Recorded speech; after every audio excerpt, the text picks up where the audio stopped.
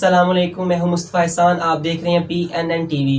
14 اگست کی آمد ہے اور 14 اگست کی آمد کے ساتھ ہی محب وطن شہری آزادی کا جشن منانے، وطن سے محبت کا اظہار کرنے کے لیے انتہائی پرجوش دکھائی دے رہے ہیں۔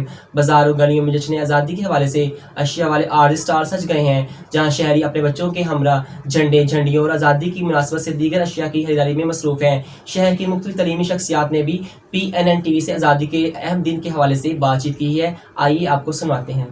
14 اگست کے حوالے سے آپ کیا پیغام دینا چاہیں گے؟ 14 اگست کے حوالے سے میرا پیغام یہ ہے کہ عام طور پر لوگ یہ کہتے ہیں کیا یہ وہی وطن عزیز ہے کہ جسے ہم نے لا الہ الا اللہ کی اساس پر حاصل کیا؟ کیا ہم نے اسی وطن کا خواب دیکھا تھا؟ تو خیال یہ آتا ہے، عام جواب یہ ہے کہ نہیں، ہم نے جس پاکستان کا خواب دیکھا تھا وہ یہ نہیں، لیکن حقیقت حال اس کے برعکس ہے۔ خوابوں کی تعبیر کبھی فوراً ملتی ہے اور کبھی کبھی اس میں ٹائم لگتا ہے۔ یہی وہ سرزمین ہے جس کا ہم نے خواب دیکھا تھا مگر ابھی تعبیر تک نہیں پہنچی۔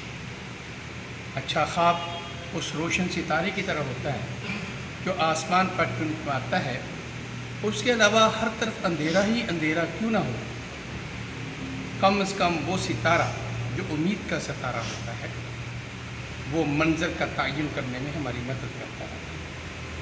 اگر وہ ستارہ بھی بجھ جائے، ہر طرف اندھیرا ہو، ہمیں اپنی منزل سے بھٹکنے کا اندیشہ ہوتا ہے۔ کم از کم وہ ستارہ جو ہمیں نشاندہی کرتا رہتا ہے کہ ہمارا ہر اٹھنے والا قدم منزل کی جانب ہے یا نہیں، یہی ایک اچھی امید ہے۔ ہمارا وہ وطن جس کا خواب ہمارے اسلاف نے دیکھا، اس کی تعبیر انشاءاللہ ملے گی۔ بس ہمیں اللہ سے دعا کرتے رہنا چاہیے کہ اللہ اس وطن کو جس امید سے ہم نے حاصل کیا ہے، ہمارے اقدام کو، ہمارے قدم کو اس کی طرف ڈال۔